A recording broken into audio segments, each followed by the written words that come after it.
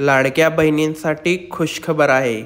तर आता लाडकी बहीण योजनेअंतर्गत जुलै महिन्याच्या हप्त्याचे वितरण हे आता लवकरच सुरू होणार असल्याची माहिती राज्याच्या महिला व बालविकास मंत्री आदितीताई तटकरे यांनी दिलेली आहे.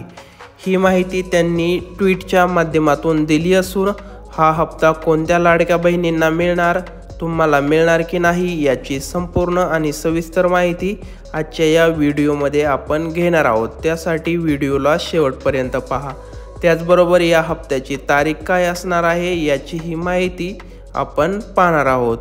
तर सर्वप्रथम या ठिकाणी पाहू शकता की महिला व बालविकास मंत्र्यांनी केलेले ट्विट काय आहे. तर लाडक्या बहिणींना रक्षाबंधनाची भेट.